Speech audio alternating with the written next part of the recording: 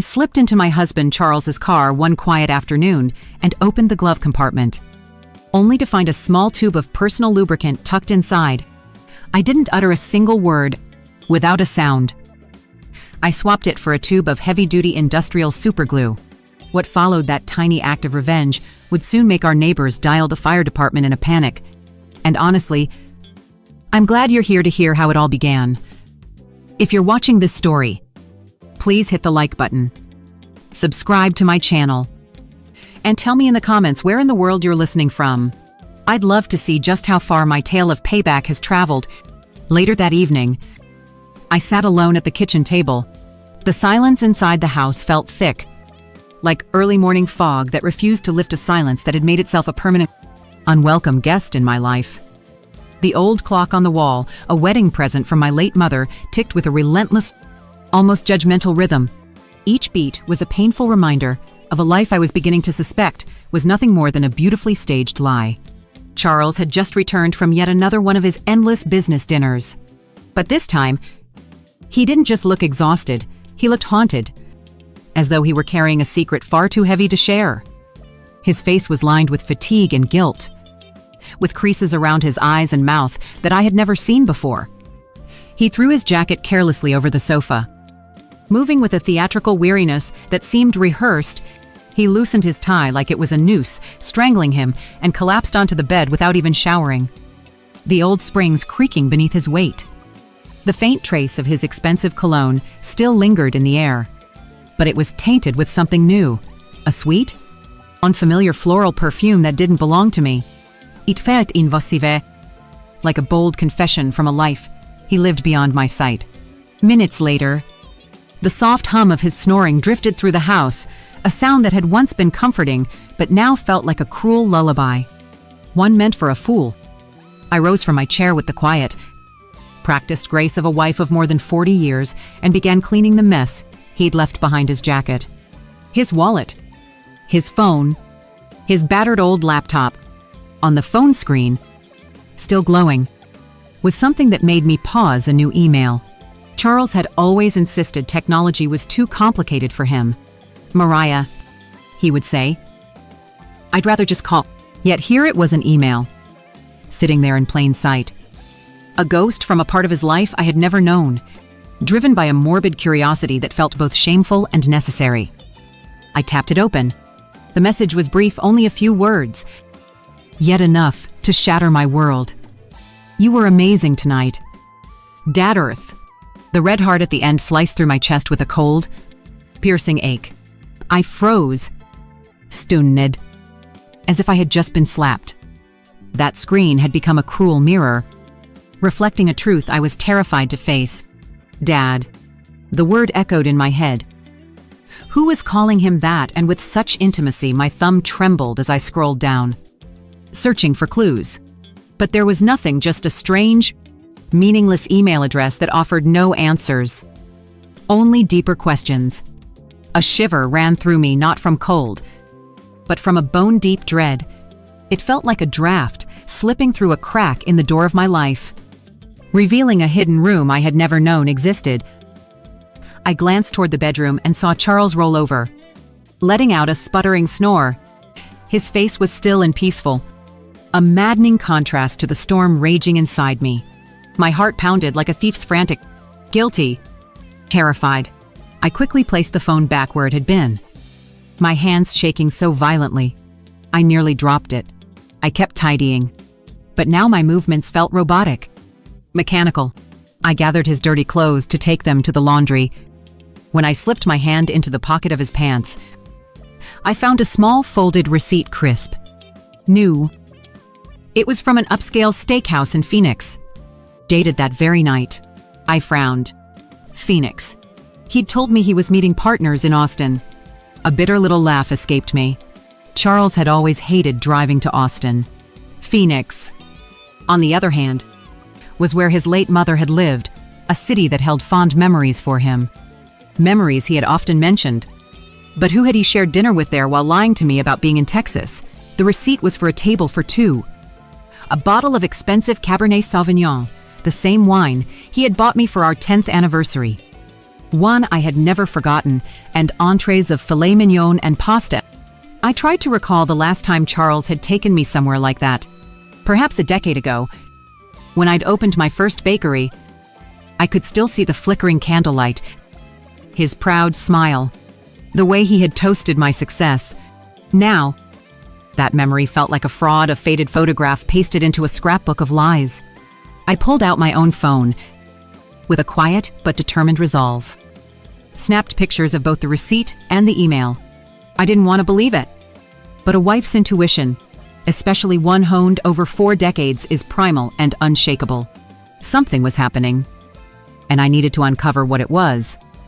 My hands trembled, not just from anger, but from a profound, existential fear. I felt like I was standing on the edge of a cliff, about to watch my entire life collapse. I walked into the garage. Charles's old SUV was still warm, the air heavy with gasoline and that same sickly sweet perfume clinging to his clothes. I opened the driver's side door, a cold knot forming in my stomach. I turned on my flashlight and searched every inch of the front seat. Nothing but loose change and an empty water bottle. But when I reached into the glove compartment on the passenger side, my fingers brushed against something plastic and slick. I pulled it out, and my heart nearly stopped. It was a tube of personal lubricant. Used. With dried residue crusted around the cap. Sticky. Damning. I stood there in the darkness of the garage, staring at it as if it were a physical manifestation of my worst fears. Charles and I hadn't been intimate in years. He always said he was tired, that age had drained his desire. So what was this for? The question echoed in my head, each syllable a hammer blow to the fragile structure of my reality. I felt frozen but forced myself to stay composed. Survival instinct kicked in. I placed the tube back exactly where I had found it, then grabbed a napkin and scrubbed my hands raw. As if afraid that betrayal might leave a stain on my skin, I kept searching, this time with more precision, more patience. Under the back seat, I discovered crumpled napkins soaked in that same sweet perfume, a scent that wasn't masculine. Nor was it the soft rose fragrance I wore. It was foreign, defiant, a vulgar scream of infidelity echoing through the quiet sanctuary of our garage. I took photos of everything, the lubricant, the napkins, as if the camera could somehow capture the stench of betrayal. Then I closed the car door and went back inside, the weight of the evidence pressing down on me, heavier than any sack of flour I had ever lifted in my bakery. Back at the kitchen table, my hands were shaking uncontrollably as I picked up Charles's phone again. By now, I was almost certain he was cheating. I searched his messages, but there were only dry, business-related chats, sterile, impersonal, like a barren desert. His inbox was empty, save for that single strange email. I checked the sent folder. The drafts, nothing. Everything was too neat, too spotless, too perfect, suspiciously perfect. A master of lies. I thought bitterly. The rage inside me had solidified into a cold, hard stone in my chest, and beneath that stone, something more dangerous began to stir, a desperate need for the truth. A burning desire to expose the lie, no matter the cost. By dawn, I was already awake, a ghost haunting my own home. The image of the lubricant, the restaurant receipt, and that damned email spun endlessly in my head. A carousel of venomous doubt. I stood in the kitchen, my hands busy but my mind racing. Imode a simple breakfast, 2 fried eggs, some toast, and a cup of strong black coffee, just the way Charles liked it. I hadn't slept a wink all night. He came downstairs looking tired, his hair messy, his eyes half closed. He sat at the table, lifted the mug, took a sip, then set it down half full. "I've got an important meeting today," he said in a gravelly voice, a rehearsed line he had used countless times before, without ever meeting my eyes.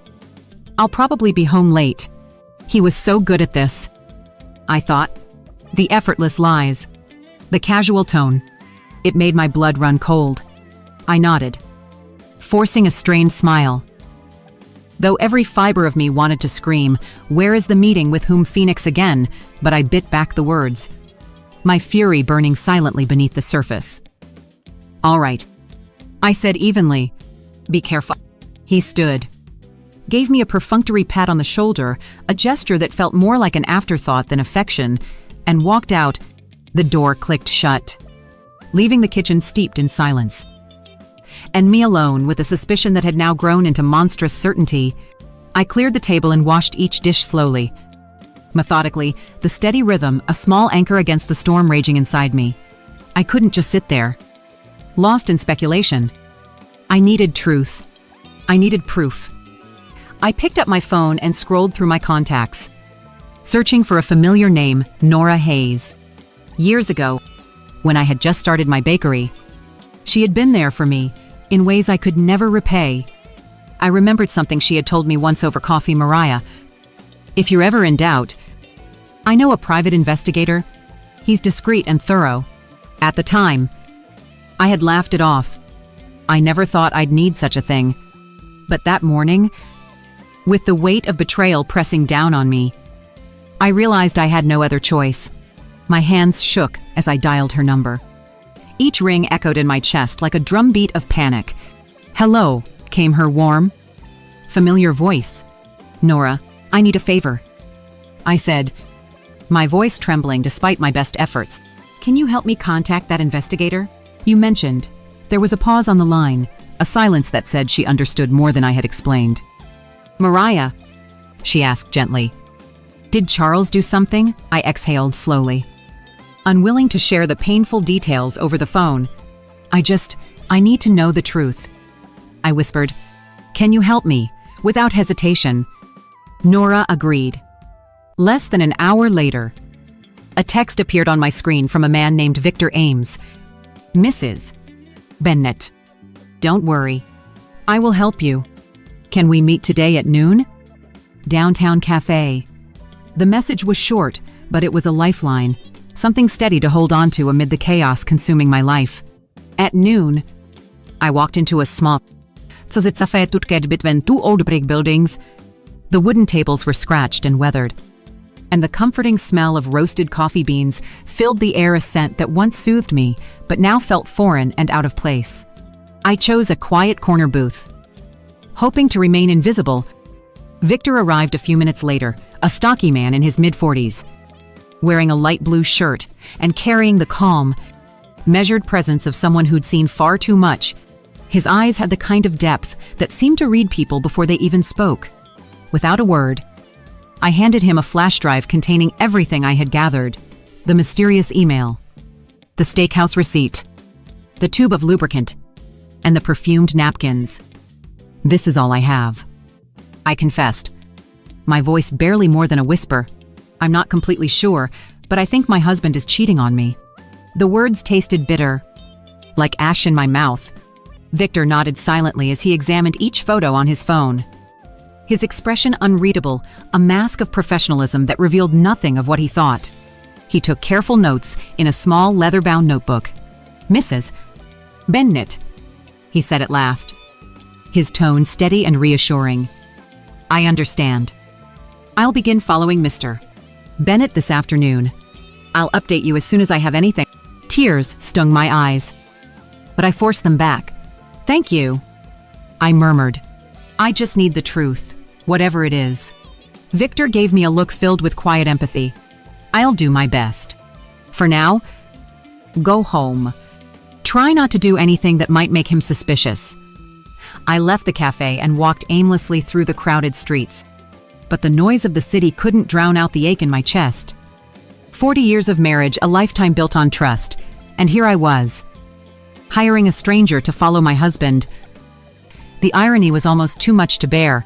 I felt like a character trapped in a cruel drama I had never auditioned for.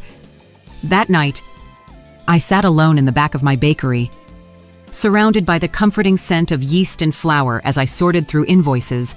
Then, my phone buzzed. A message from Victor. My heart pounded wildly as I opened it. The blood roared in my ears.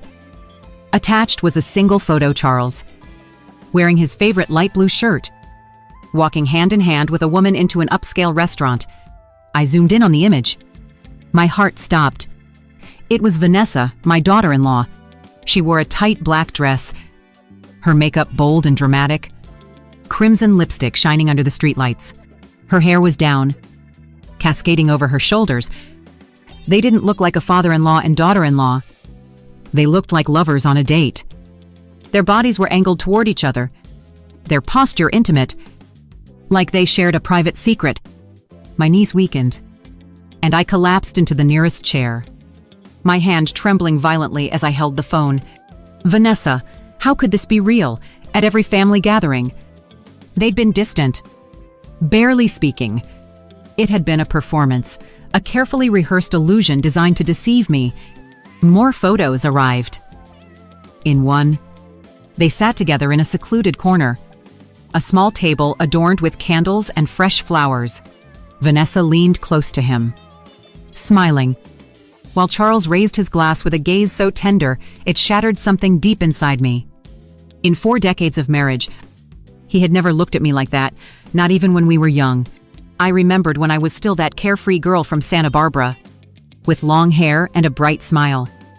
Back then, he'd looked at me with genuine adoration, with a love I thought would last forever. Now, that love was hers. Just after 2 in the morning, another message arrived this time. A video. I slipped on my headphones, desperate to keep this poisonous truth contained, and pressed play. My hands were shaking, so much I nearly dropped the phone. In the footage, Vanessa leaned close to Charles's ear and whispered something that made him laugh, a deep, carefree laugh that I hadn't heard in years. Her voice was soft, flirtatious, her eyes sparkling in the restaurant's golden light. Moments later, they rose from the table. Charles, ever the gentleman, walked her outside and opened the car door for her, as if she were his lover, not his son's wife. I watched the video over and over, torturing myself with each replay. Every second felt like another blade twisting in my chest. Vanessa, the woman I had welcomed into my home as a daughter, the woman I had taught to bake our family's traditional flan, and Charles, the man I had given my life to, the father of my children.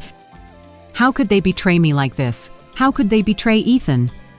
The questions came crashing over me like a tidal wave, threatening to pull me under.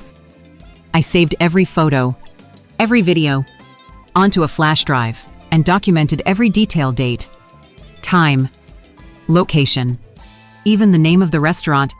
My hands worked mechanically, but my mind was chaos. I didn't want to believe it. I couldn't believe that Charles and Vanessa, people I had loved and trusted, could stoop so low, could be so heartlessly cruel. But the evidence was undeniable. It was right in front of me. I stayed late at the bakery, surrounded by trays of fresh pastries that smelled sweet and inviting. But the scent now felt empty. My world was crumbling. I remembered those early years when Charles would help me carry heavy sacks of flour, when we'd laugh together as we shaped dough in that tiny kitchen, our dreams stretching as wide as the horizon. All of it now felt like a distant illusion, a beautiful lie I had believed for far too long. The next morning, I stood in the bakery's small kitchen with a list of orders for a large downtown hotel in my hand. The usual comforting smell of flour and vanilla felt hollow. As I signed the delivery invoice, my phone buzzed again. Another message from Victor. Mrs. Bennett, I'm sending more evidence. I took a deep breath, bracing myself, and opened it. A series of photos filled the screen. The first showed Charles, in his usual gray shirt, walking out of a law office near City Plaza. Beside him was Vanessa, dressed in a beige office dress, her hair tied into a high ponytail and her face hidden behind oversized dark sunglasses, a pathetic attempt to remain anonymous. They were walking close, far too close, their bodies radiating an intimacy that no father-in-law and daughter-in-law should share. The next photo captured them standing in front of a 4-star hotel with gleaming glass doors and a polished gold sign. I zoomed in, desperate for anything that might deny what I was seeing. But there was nothing. They looked too natural together. Too comfortable, part of a world I clearly didn't belong to anymore. Then came a video. I pressed play, and my heart pounded so hard I thought it might break through my chest. The footage was taken from a distance, but it was clear enough. Charles and Vanessa stood on the third-floor balcony. His arm was wrapped around her waist. Her head rested gently on his shoulder, her long hair swaying in the breeze.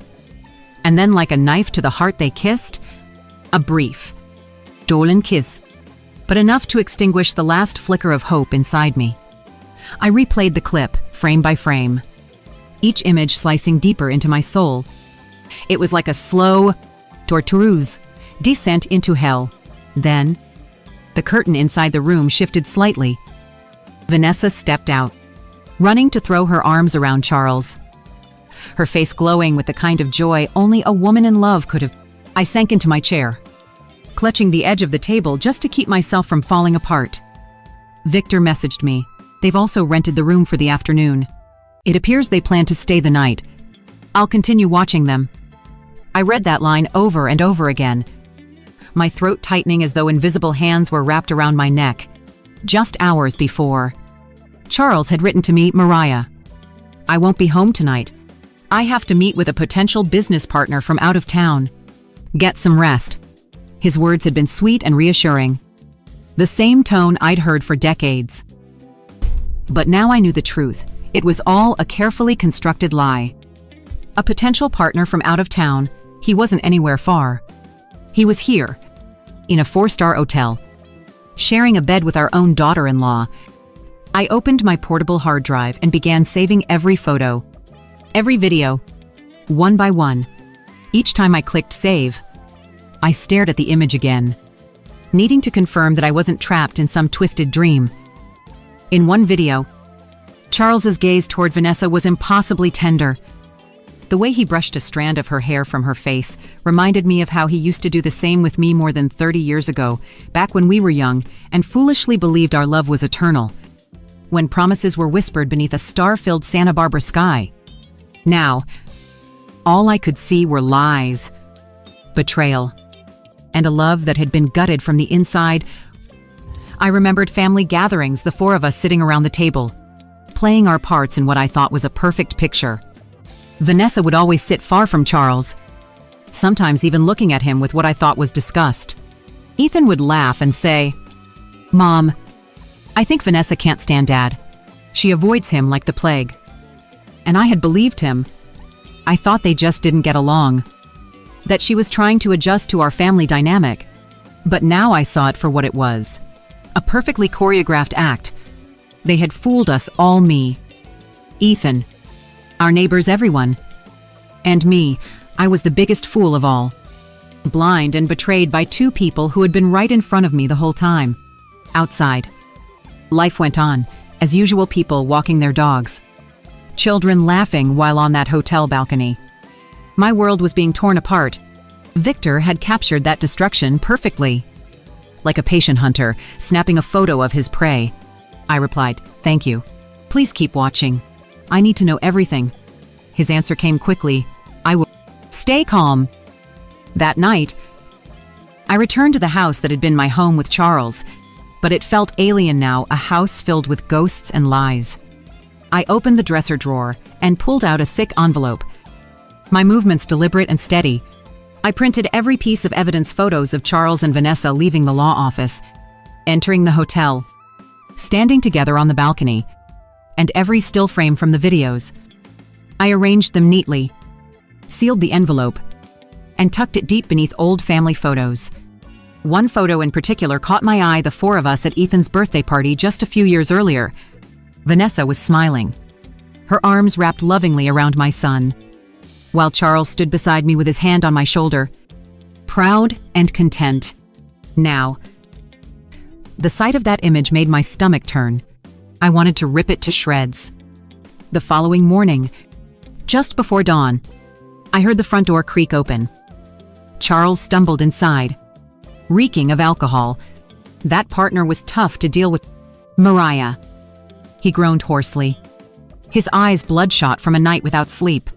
I had to drink a lot. I'm exhausted. I stood in the kitchen holding a glass of water, watching his pathetic performance as if he were deliberately rubbing salt into an open wound. Rest, I said calmly, the well-practiced voice of a dutiful wife. You have work tomorrow." He nodded, gave me a dismissive pat on the shoulder as though nothing were wrong, and dragged himself into the bedroom. Minutes later, he was snoring, peaceful and unbothered, as if he hadn't betrayed me, as if he hadn't spent the night with our daughter-in-law. Once I was sure he was asleep, my phone buzzed. It was a call from Victor. His voice was barely above a whisper, as though someone might overhear. "Mrs. Bennett," he said. I recorded their conversation in the hotel parking lot. I used specialized equipment they didn't notice. "I'm sending it to you now." My heart raced, but my voice stayed steady. "Thank you, Victor. Please send it." A few minutes later, an audio file appeared in my messages. I slipped on my headphones, sat down at the kitchen table, and pressed play. The first voice I heard was Vanessa's cold, ambitious, almost unrecognizable. "Dad, hurry up with that fake contract. I want the whole bakery chain under my name. I want that old hag out of the house." The words slammed into me like a physical blow. I gripped my phone tightly as Julian's voice followed, deep, confident, and utterly unfamiliar. "Don't worry about the paperwork. Mariah doesn't suspect a thing. Leave it to me. She trusts me too much." It felt as though a knife were being twisted in my chest. They weren't just betraying me, they were plotting to take everything I had built. Every ounce of sweat, every tear, every sleepless night I had poured into my bakery. All those early mornings baking batch after batch, rushing around town for deliveries, securing contracts, all of it was mine. Charles had never lifted a finger in the kitchen. He had never stood behind the counter or negotiated a deal. And now, he and Vanessa planned to steal it all, to throw me out of the home I had created. I nearly broke down, but my instincts kept me composed. I copied the audio to the flash drive with the rest of the evidence and carefully noted the time and location, anything to keep myself grounded amidst the chaos. The next morning, as I prepared coffee at the bakery, my phone buzzed again. Victor had sent another batch of photos, taken with a long-range lens. In them, Charles and Vanessa sat inside his car with a thick stack of documents between them. Vanessa held a red pen, marking the pages intently, while Charles nodded and smiled beside her.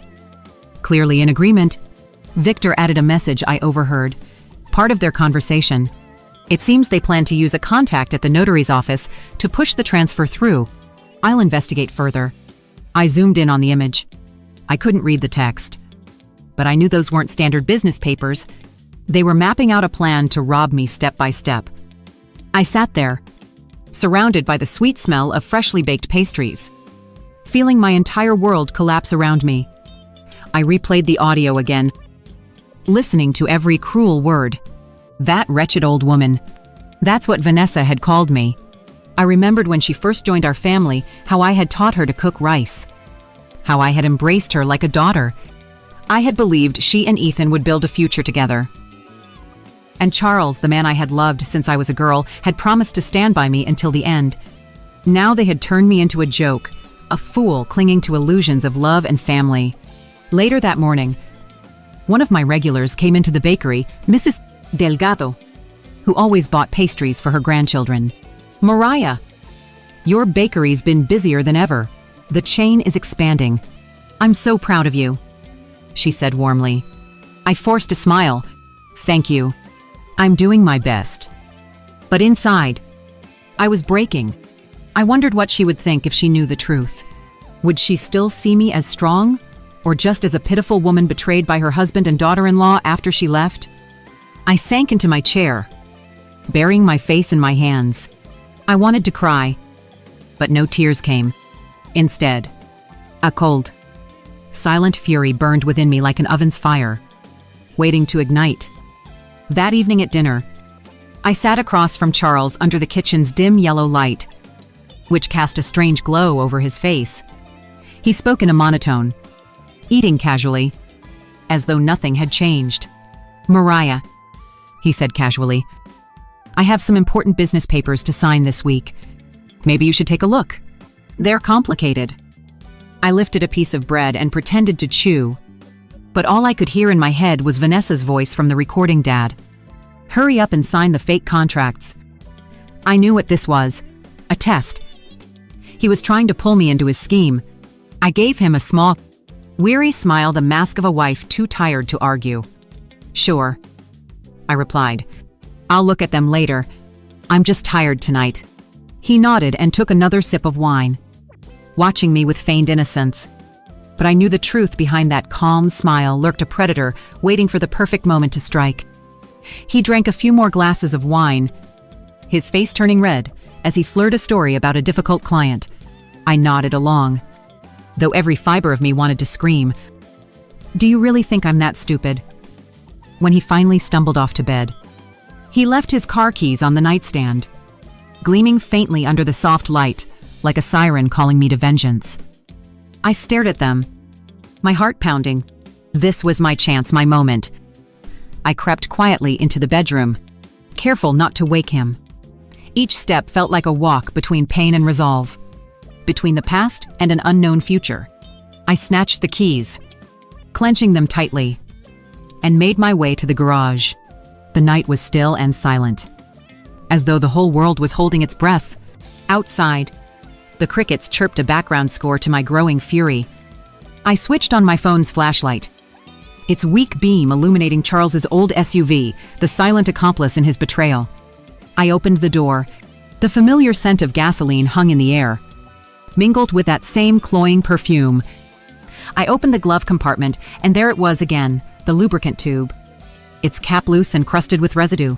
It was a monument to their infidelity. I held it, disgust rising in my chest.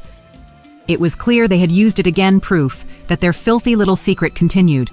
I took the tube into the kitchen, set it on the counter, and scrubbed my hands with lemon soap until the skin burned. The citrus scent didn't calm me, but it helped me stay focused. Then I opened the tool drawer and pulled out a tube of clear industrial superglue, the same kind I'd once used to fix a chair at the bakery. It was a tool of my trade, now transformed into a weapon of revenge. Carefully, I unscrewed the lubricant's cap and filled it drop by drop with glue until it was completely full. I wiped the nozzle clean, shook it gently, and tested a small amount. It came out smoothly, indistinguishable from the original. No one would ever notice. I smiled faintly. A quiet, grim smile. This wasn't a prank. This was the first step toward justice. I returned the tube to the glove compartment, adjusted the seat and floor mat to their original positions, and closed the car door. Before leaving, I checked the trunk. It contained crumpled bags, an empty water bottle, and, in the corner, an unused condom. My heart skipped a beat. Though I was no longer surprised, I snapped a few photos and added them to my growing evidence archive. Back inside, I placed the keys beside Charles's alarm clock. I grabbed an old book and sat on the living room sofa, pretending to read. The light fell softly across the pages, but my eyes couldn't focus. My thoughts spiraled. I thought of Ethan, my son, who believed he was living a happy life with Vanessa, blissfully unaware of the truth. How could I tell him? How could I shatter his world with the fact that his wife and his own father were betraying us both? I thought of the bakery, 4 decades of work, sleepless nights, and endless fights with Charles to protect my dream. He had never truly understood it, yet I'd trusted that he supported me. Now, I knew he had only been waiting for the right time to steal it all. An hour later, Charles shuffled into the kitchen for a glass of water. He noticed the keys, but didn't suspect a thing. Still awake, he mumbled. I forced a calm smile. Just reading a bit. Go back to bed. He nodded, finished his water, and returned to the bedroom. Falling asleep almost instantly, I stared at him as if he were a stranger. This man, the one who had once vowed to love me until the end, was now plotting to destroy everything I held dear. But he had no idea that I had already launched my counterattack. At dawn, I rose from bed. Pale light filtered through the bakery's windows as I kneaded dough, shaping pastries for a large hotel order. I pressed the dough with all my strength, channeling my rage into every movement. When I returned home for breakfast, I kept my expression calm. Charles was already awake, sipping black coffee. I served him eggs and toast. "Charles," I said casually, "I need to travel to Denver tomorrow to sign a contract with a new partner. I'll probably be home late. Can you handle dinner?" He looked up, surprise flickering in his eyes, but it wasn't concern I saw. It was relief. "A big deal?" he asked, taking my hand with false tenderness. "Don't worry. Go ahead. I'll take care of things." But the slight sparkle in his eyes, the tiny smirk tugging at his lips, cut through me like a blade. He wanted me gone, and I knew exactly why. I smiled and nodded. "Thanks. I'll call if I get delayed."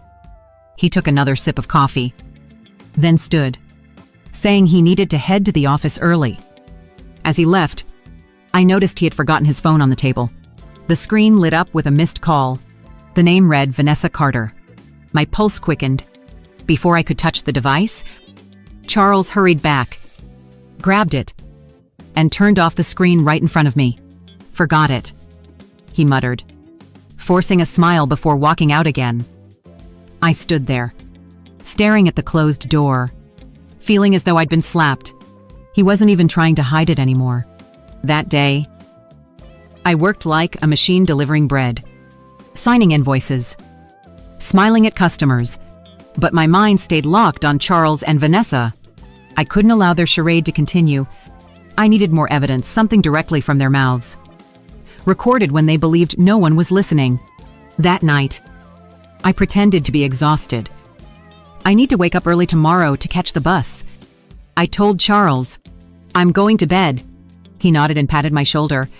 "Rest. Be careful tomorrow." I lay down, closing my eyes, but I didn't sleep. My ears were alert to every sound. Near midnight, when Charles's snoring stopped, I heard him quietly slip out of bed. A faint glow from his phone cut through the darkness as he left the room. Assuming I was asleep, my heart hammered in my chest as I silently followed. Tiptoeing down the hallway, I hid behind the heavy living room curtain and watched as he stood in a dark corner near the window, phone pressed to his ear. "Yes, of course," he whispered. "Come to the house tomorrow. We won't need a hotel anymore. Mariah's leaving town to sign a contract, and she'll be home late." From the other end came a soft, delighted giggle, Vanessa's unmistakable voice. "That's perfect. Dad," she purred. "Finally, we can relax." Charles chuckled. "Yeah. Come early. I'll be waiting." I stood there, blood boiling. They weren't just betraying me. They planned to turn my home, our home, into their meeting place. I crept back to the bedroom, opened a drawer, and pulled out Ethan's old voice recorder, the one I had bought him in college for lectures. I checked the battery, replaced it with a new one, and set it to continuous record. Then I hid it behind the bookshelf beside the headboard, certain it would capture everything. I carefully arranged a family photo frame, a picture of the four of us on Ethan and Vanessa's wedding day, to conceal the device.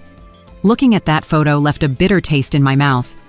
Vanessa's radiant smile, Charles's arm wrapped around me, all lies. Before lying back down, I double-checked that the recorder was working. Then I climbed into bed, pretending to sleep. Charles eventually returned, flopped down beside me, and began snoring as though nothing was wrong. But my eyes stayed wide open in the darkness. I was more awake than I had been in years. I reached for the alarm clock and set it earlier than usual. I closed my eyes not to rest, but to plan. At 5 a.m, I rose while the world was still wrapped in darkness. Faint orange light from the street lamp streamed through the windows. The house was silent, save for Charles's steady snoring. In the kitchen, I stood with a cup of cold coffee in hand, staring at a skillet filled with oil already warming on the stove. It was the final step of my plan, a simple trap, but one that would expose everything. I tied a thin string to the stove's igniter, ran it across the counter, and attached it to a heavy old coffee can. A quick tug from a distance would ignite the oil, releasing thick, black smoke enough to alarm the neighbors. I cracked the window above the stove slightly to allow the smoke to escape. Then, I tested it once. Thick spirals of smoke rose quickly. Curling into the air like a dart, I shut the burner off at once, double-checked every detail, and made sure I hadn't left a single trace that might tip Charles off. I slipped on a jacket, grabbed my oversized purse, and staged my exit as if I were heading out of town. Before stepping outside, I went to the bedroom and gently shook him awake. In an even voice, I said, "I need to get to the bus station right now. I'm going to sign a contract. I'll likely be back late tonight." He cracked his eyes open and, still half asleep, mumbled, "All right, be careful. Mariah, call me if you need anything." Then he pressed his face into the pillow and drifted off again. I stared at the man I had once loved and trusted. Now sleeping without any idea of the snare set for him, I turned away, my heart heavy but my steps steady. Instead of going to the station, I crossed the street to Ruth Delgado's house. Ruth was my neighbor and my friend. She opened the door, worry flickering across her face when she saw the purse on my shoulder. "Mariah, why are you up so early? Is something wrong?" she asked softly. I forced a small smile. "Ruth, could I stay here for a few hours? I need to watch my house." She frowned. "Porchlight," but didn't press me. She poured a hot cup of coffee and set a chair by the window for me. From there, I had a clear view of my front door, the place where Charles and Vanessa would step inside, and the place where the truth would finally be laid bare. Around 10 o'clock, a taxi rolled to a stop in front of my house. Vanessa stepped out in a light floral dress, oversized dark sunglasses hiding most of her face, as if anonymity could save her. Charles opened the door, glanced up and down the street with nervous urgency, and hurried her inside. I tightened my grip on the mug, my heart pounding against my ribs. "It's time," I whispered, and opened the app on my phone that linked to the recorder hidden in the bedroom. Sound flowed into my headphones. Vanessa's laughter, the clink of glasses, heavy footsteps. Then I heard Charles's voice, deep and smug. "All right, we don't have to sneak around in a hotel anymore. Vanessa Lauhead, you really know how to pick your moments. The old hag is gone." "Right," I bit my lip, swallowing the surge of rage as she hurled the insult at me with such casual contempt. A moment later, the bed began to creak along with other noises I had no desire to hear. I closed my eyes, drew a long breath, and told myself, "Just a little longer, Mariah. Just a little longer." Minutes later, Vanessa screamed, panic cracking her voice. "What on earth is this? We're stuck." She was almost sobbing. Charles snapped, "Shut up! Hold on. Let me see." I smiled to myself. With the softest tap on my screen, I triggered the smoke trap. The string yanked taut. The stove sparked. The skillet of oil flared, and thick black smoke surged from the kitchen window in dark spirals, unfurling outside like an alarm. Ruth gasped and leaned toward the glass. "Mariah, your house is on fire." I pretended to be startled. Though a cool steadiness settled over me, neighbors spilled out into their yards, shouting, "Mariah's place is burning. Call the fire department." A man nearby, Hank Delgado, pulled out his phone and dialed the city fire station without hesitation. I stayed by the window, clutching my coffee, eyes locked on my house. Everything was unfolding exactly as planned. In my headphones, Vanessa's voice grew more frantic. "Charles, do something, I can't move." Charles barked. "Stop yelling." "I'm trying," but I knew they were helpless. The industrial superglue I had swapped in was already doing its work, binding them at the most humiliating moment of their lives. I pictured them struggling, terrified, and a sharp satisfaction rose in me. Not because I was cruel, but because they had driven me to this edge. They had threatened my bakery, my family, even my dignity. They would finally pay. Smoke thickened, rising in darker sheets. Neighbors gathered, nerves fraying. "What's going on?" someone cried. "Where's Mariah?" another voice answered. I heard she left town for work. Ruth stood beside me, her eyes searching my face. She said nothing, only squeezed my hand. I suspected she understood more than I had said. But there was no need to explain. The truth was moments away from detonating. Within 10 minutes, a siren wailed at the far end of the street like a grim bell. A red fire engine tore around the corner and screeched to a halt in front of my house. I saw Ethan jump from the driver's seat in his fire chief's uniform, his features drawn tight. My son, I thought, a sharp pain cutting through me. Proud of his family, proud of his parents, and now about to face the cruelest reality. I wanted to run to him, to wrap him in my arms and say, "I'm sorry, Ethan." But I stood still, letting the moment take its course. The kitchen smoke was thick enough to convince them the blaze might be serious. Ethan led the entry himself, sledgehammer smashing the door. The crack of splintering wood echoed down the block. His crew followed with hoses and extinguishers. Through my headset, I heard the chaos ripple through the hallway and into the bedroom. Charles's frantic shouts tangled with Vanessa's sobs. "Do something. Charles, I can't move. Stop screaming," he snarled. "Be quiet," I bit down on my lip and kept listening. My phone still streaming the audio. They were trapped. Exactly as I had calculated, Ethan reached the bedroom. And though I wasn't there, I could imagine precisely what he found.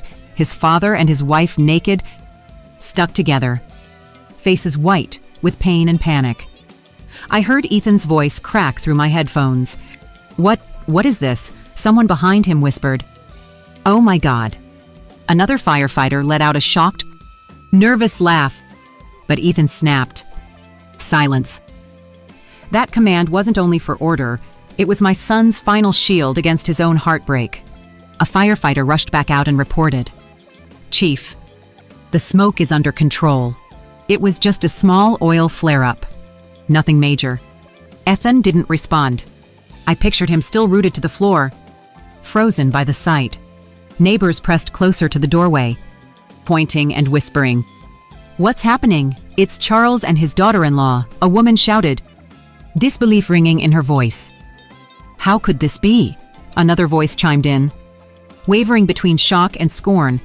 Beside me, Ruth lifted her phone and began to record quietly, edging the camera toward the bedroom doorway where Charles and Vanessa writhed, faces twisted with pain.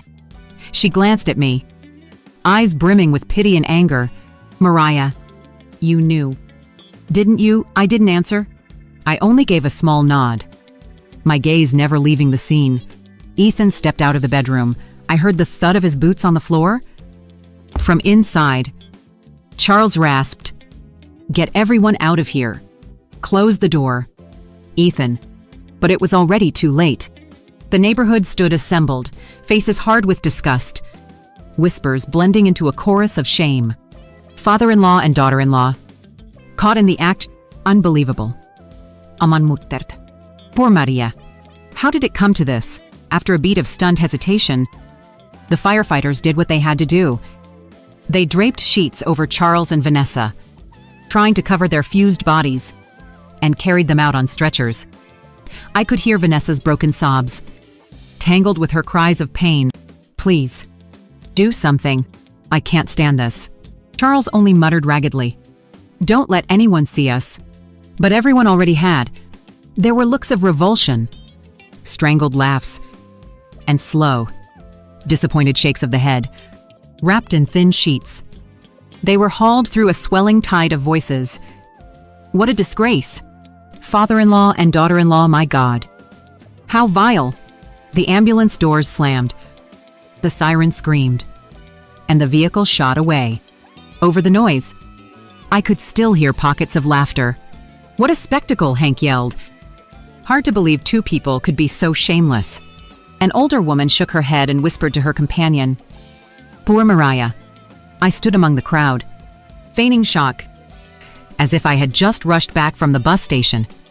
Ethan stood in the yard like a statue, arms heavy at his sides, a ghost white look on his face. His crew avoided his eyes as they quietly packed their gear. I knew he wasn't just stunned by the scene. He was crushed by the double betrayal of the two people he loved most. I wanted to run to him, to say I was sorry he had to witness it. But instead I fell in step behind Ruth, who guided me in silence to the hospital. We waited together in a third-floor hallway. I kept the mask of a concerned wife who had just learned her home had nearly burned. Hours later, a doctor emerged, sweat beading at his hairline. He lowered his voice. Mrs. Bennett. We were able to separate them, fortunately. There's no serious damage. They'll just need some topical ointment. I nodded as if relieved, while my fingers brushed the purse where I had tucked 2 thick tubes of mustard.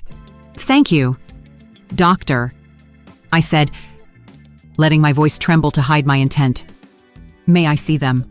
He led me to the nurse's station. They handed me 2 tubes of ointment. The young nurse looked at me with genuine sympathy. Ma'am, this is a very difficult situation. I'm so sorry. I offered a weak smile, and the instant she turned away, I switched the tubes for the mustard I'd hidden in my bag. My hands moved quick and sure, as though I'd rehearsed 100 times. I entered the hospital room carrying 1 tube, wearing a face of concern. Charles. Vanessa, are you all right? Vanessa lay in bed, hair tangled, eyes swollen, avoiding my gaze. Charles, pale and shaken, muttered, Mariah. I can explain. I didn't let him continue. I set the tube of mustard on the bedside table and walked out. Minutes later, a raw scream ripped down the corridor. Vanessa clutched her face, sobbing. It burns. My skin is on fire. Charles writhed, cursing. What is this? Who did this? The hallway erupted. Patients and family members leaned out to stare. An elderly woman whispered to her son, It's them, the pair from that video this morning online. The father-in-law and the daughter-in-law. What a disgrace. Another voice added, They deserve it. The doctor rushed back into the room, ordering the nurses to rinse their skin and apply a neutralizing agent. But the humiliation had already broken loose. There was no way to put it back in the bottle. Ruth's video of them being ferried out under sheets had already spread around the neighborhood and onto social media. I stood in the hallway, listening to the hum of voices and feeling the world bear witness to the fall of 2 traitors. When the crowd thinned, Ethan entered the room with a thick folder under his arm. I had called him as soon as the ambulance pulled away, telling him to retrieve the envelope of evidence I had hidden in the drawer along with 2 copies of the divorce papers I had prepared. He handed me the folder without a word, his eyes hollow. I opened it, laid the documents on the table before Charles and Vanessa, and met his eyes. My voice was cold but steady. 40 years of marriage end here. Sign these. After that, do whatever you want as long as you disappear from my son's life and from mine. Vanessa collapsed into fresh sobs, turning to Ethan. Honey, forgive me. Please. I'm begging you. Forgive me. Ethan stared back, face carved from stone, and walked out without saying a word. Charles reached for my hand, his voice shaking. Mariah, listen to me. I didn't want this. I pulled away. Don't say another word. Charles, you chose this. Mariah, please, he shouted. Desperate, but a nurse hurried in and snapped. Quiet. This is a hospital. I turned and left without looking back. In the hallway, Ethan leaned against the wall, head in his hands. I placed a hand on his shoulder. He didn't look up. Mom, he whispered, voice breaking. Why did it have to be Dad? Why her? I didn't answer. I just held him, letting his pain fold into mine. In that moment, I knew Charles and Vanessa had lost everything: their honor, their marriages, even their scheme. But Ethan and I had lost a family. I could only hope time would restore some peace. A few weeks after the scandal, the bakery was busier than ever. The little bell over the door never stopped ringing. Customers came and went with kind words and warm smiles. Mariah, you're so strong, Ruth said, cradling a bag of fresh flan. The whole neighborhood is proud of how you defended your family's business through all that filth. I smiled and thanked her. People called me strong. Only I knew that strength had been pieced together from the broken shards of my heart. Every time I looked at the oven that had seen 4 decades of sweat and tears, I thought of Charles and Vanessa, how they had tried to take everything, and how they had failed. I was still here with my bakery, with Ethan, with a new life beginning. Ethan moved in with me right after that day. He didn't talk much about what had happened, but I could see the difference. He wasn't the easygoing, always laughing Ethan he used to be. His eyes were deeper now, as if holding a wound that wouldn't heal. "Mom, I want to stay here a while," he said that first night, suitcase in hand. "I'll help you run the bakery, handle clients, whatever you need." I hugged him, feeling the warmth of the son I had raised, and nodded without questions. He needed time, and so did I. Each morning we opened the shop together. I fired the oven and set the trays. Ethan checked invoices, called hotels and restaurants. "Mom, the Grand Hotel wants to increase their pastry order for next week." He called from the register, voice calm but missing its old shine. "All right," I said. "Confirm it. I'll prep more dough." Simple moments like that brought a quiet peace I hadn't felt in years. No more false smiles from Charles. No more sugary, calculating tone from Vanessa. Just Ethan and me, caring for what remained. Dinner was just the two of us. We sat across from each other in the small kitchen, eating simple meals, sometimes rice with beans and chicken, sometimes only bread with coffee. "Mom, could you make me some flan this weekend?" he asked one night, a faint smile tugging at his mouth, the first since the scandal. "All right," I replied, relieved. "But you have to help me stir the caramel." He nodded, and in that moment I felt, slowly but surely, we were healing. I began carving out time for myself, something I had rarely done in 40 years. I joined a cooking club at the community center, where women my age traded recipes and shared their stories. "Mariah, you make the best flan in the neighborhood." One of them laughed when I brought a tray. I smiled. A little trick I learned back in Santa Barbara. I also started going to church on weekends. I would sit in the hush, stained glass colors spilling across my face, and pray not for Charles or Vanessa, but for Ethan and for myself, that we might find the strength to move forward. Sometimes I walked with Ruth through the town square, listening to her recount the latest neighborhood gossip. "You know, Mariah," she would say, eyes bright, "people are still talking about Charles and Vanessa, but they say you're the one who won." I only smiled. Maybe I won. But the price was an entire family. Ethan began to change too. He grew less silent and started telling me about his work as a firefighter. "We put out a blaze at the market yesterday," he said over dinner one night. "It was bad, Mom, but luckily, no one was hurt." I listened, pride warming my chest. "Please be careful," I said, voice trembling. "You're all I have left." He looked at me tenderly. "Don't worry, Mom, I won't leave you alone." Those words were medicine. They gave me back the faith that, despite everything I'd lost, I still had my son and he would stay.